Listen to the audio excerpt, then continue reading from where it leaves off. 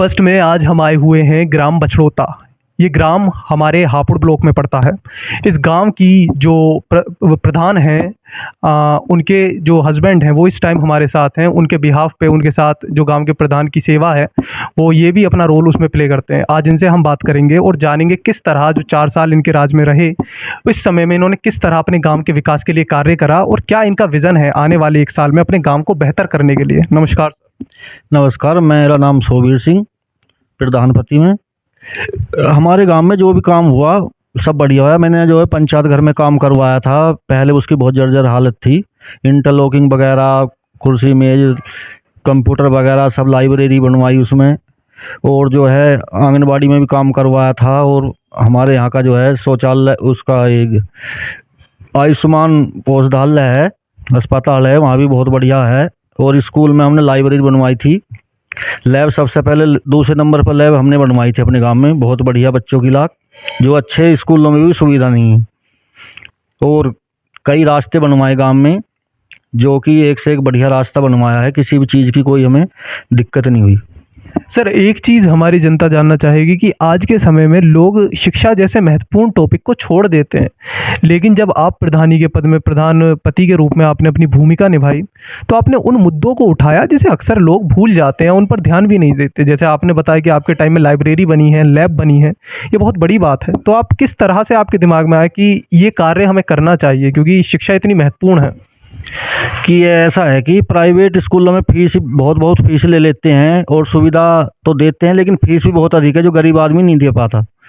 इससे हमने सोचा कि यहाँ होगी वो तकनीकी, यहाँ है कि अच्छे अच्छे स्कूलों में नहीं है। जो लैब हमने बनवाई है अपने सरकारी स्कूल में, हमारे कंपोजिट विद्यालय में है, उससे गरीब बच्चों को बहुत लाभ मिलेगा।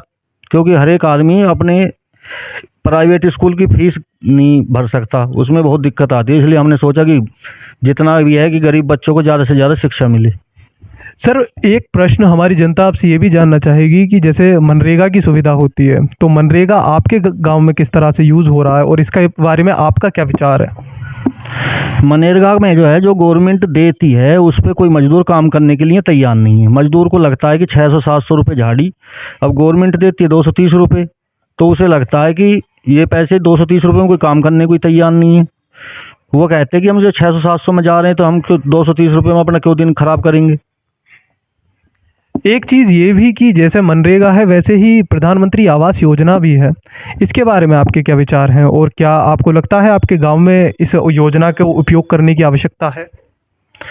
नहीं है तो सही, लेकिन जितनी शर्त गवर्नमेंट ने लगा रखी है इसमें, इस शर्त का आदमी नहीं मिलता गांव में। वो ना कि 1,20,000 में मकान बन पाने पा, जो भी आदमी है भी एक आध पात्र, तो 1,20,000 में मकान नहीं बन पाएगा। तो इस वजह से वो भी वंचित रह रहे हैं कि उनसे कहते हैं कि 1,20,000 मिल रहे हैं, वो अपने फिर जिक्र ही नहीं करते जिनको 1,20,000 में तो एक कमरा भी नहीं बन पाएगा। ये सही बात है आपकी, लेकिन जो जनता परेशान है वो अक्सर अपने इन प्रश्नों का जब उन्हें उत्तर नहीं मिलता तो बिल अपने गांव के प्रधानों पर फाड़ देते हैं, या ये प्रश्न पूछते हैं वो और लोगों से कि शायद हमारे साथ गलत हो रहा है, हमें मिलना चाहिए मकान। तो आप इस सब से डील कैसे करते हैं, क्योंकि जनता तो अंततः सवाल प्रधान पर ही उठा देती है? नहीं, वो तो सीधम सीधे कहते हैं कि प्रधान खा जाता है सबको। आ रहा है गवर्नमेंट दे रही है 1,20,000 रुपये, वो अगर किसी गांव में कही जाए कि 1,20,000 रुपये मिल रहे हैं तो उसे सीधम सीधे मुंह पे तो नहीं कहते, लेकिन पीछे से कहते हैं इनका प्रधान खा गया सब लोग। हमारी जनता को भी ये समझने की बहुत ज़रूरत है कि प्रधान पद एक जिम्मेदारी है। ये कोई इस तरह की चीज़ नहीं कि ये अपनी मनमर्जी से कुछ भी कर सकते हैं। इन्हें भी एक बजट आता है, एक फ़ंड आता है जिसके माध्यम से ये अपनी सेवा आगे बढ़ाते हैं। सर, एक बार हमारी जनता आपसे आपके विज़न के बारे में भी जानना चाहेगी। जैसे करीब 1 साल या 1 साल से भी थोड़ा कम समय रह रहा है, तो किस तरह आप इस समय को देख रहे हैं और विकास के लिए और क्या कार्य करना चाहते हैं? विकास के लिए हमारे यहाँ ज़्यादातर काम हुए पड़े हैं। 2-4 रास्ते ही रह रहे हैं जो अभी नहीं हुए, और ज़्यादातर काम हमारे गांव में बहुत बढ़िया सुविधा है अच्छी से। गवर्नमेंट के जब से बीजेपी गवर्नमेंट आई है, बहुत बड़ा स्कूल में, आंगनबाड़ी में बहुत बड़ा विकास करवाया इन्होंने, जिससे हमारे यहाँ कोई ऐसी खास दिक्कत नहीं है। 2-4 रास्ते नहीं, बाकी हमारे यहाँ सब सही है। बाकी गांव के लोगों से बात करते हुए हमें तालाब के बारे में भी पता चला, हम चाहेंगे आप वो भी एक बार उस पर भी रोशनी डालें। तालाब का हमारे यहाँ मजबूरी ये है कि उस तालाब का पानी का निकाल नहीं है, और थोड़ा हमारी जो ऐसी बस्ती है उसमें उसका जल भराव हो जाता है। लेकिन उसकी अब हो गया है, टेंडर हो गया है उसका, 2-4 दिन में उसका निकासी भी हो जाएगी और तालाब का सौंदर्यीकरण भी हो जाएगा। तो ये एक तरह से हम कह सकते हैं कि जिस तरह के प्रयास आप कर रहे हैं उसमें आपको आउटकम भी देखने को मिल रहा है, और जो कार्य रह गए हैं थोड़े बहुत वो भी जल्द से जल्द संपूर्ण होने वाले हैं।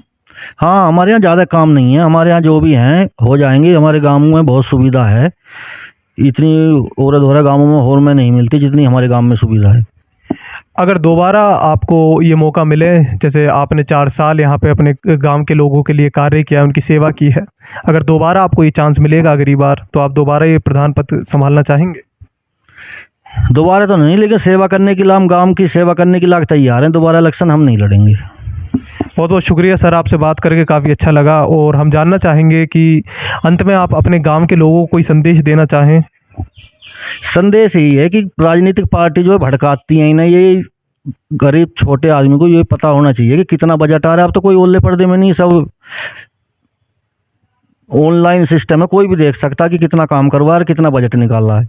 हम उस स्कूल में आए हुए हैं जिसके बारे में प्रधान जी अभी बता रहे थे हमारी जनता को, और जिस तरह हम यहाँ पे देख सकते हैं कि किस तरह से हमारे सोलर सिस्टम के बारे में हो, हमारे बायोलॉजी के बारे में हो, फिज़िक्स के बारे में हो, एक बहुत ही आधुनिक तरीके से इस स्कूल में बच्चों को पढ़ाया जा रहा है ताकि वो आज के आधुनिक युग में लोगों का सामना कर सकें उस तरह से, जैसे और बड़े बड़े स्कूल्स में सुविधाएँ दी जाती हैं उस तरह की नॉलेज भी इन बच्चों को मिल पाए। इसके लिए जो हमारे प्रधान जी ने हैं उन्होंने ये एक तरीके का इनिशिएटिव स्टार्ट किया है, जैसे कि आप लोग देख सकते हैं यहाँ पे। और प्रधान जी से ही जानते हैं कि कैसे उनके माइंड में आया इतना एक बच्चे को इतना एडवांस करवाने के लिए ये जो सुविधाएं उन्होंने दिलवाई, कुछ बताएं सर। इसमें यही है सर कि छोटे तबका जो है वो इतनी अच्छे स्कूलों में ना तो इतनी महंगी पढ़ाई दे सकता है। जब गवर्नमेंट हमें सुविधा दे रही है तो उसका इस्तेमाल करना चाहिए। तो इसीलिए लैब बनवाई थी कि ज़्यादा से ज़्यादा बालकों को अनुभव और यहाँ से प्राप्त हो। इस समय इस स्कूल के एक छात्र हमारे साथ हैं, हम उनसे भी जानते हैं कि कैसा लग रहा है इस लैब को देखकर उन्हें, और किस तरह यहाँ पे पढ़ने में उन्हें मदद मिल रही है। हमको मतलब बहुत अच्छा लग रहा है यहाँ पढ़ने पर, और बहुत अच्छी सुविधा है यहाँ पर। जैसे आप देखते होंगे जैसे बड़े बड़े स्कूल्स में ऐसी सुविधाएं दी जाती हैं, इनिशिएटिव्स ऐसे रहते हैं कि आधुनिक तरीके से साइंस को समझाया जाता है, चाहे फिर सोलर सिस्टम हो, बायोलॉजी हो, फिज़िक्स के इतने जो कंसेप्ट रहते हैं उन्हें इतने अच्छे से एक्सप्लेन करवाया गया है यहाँ पे।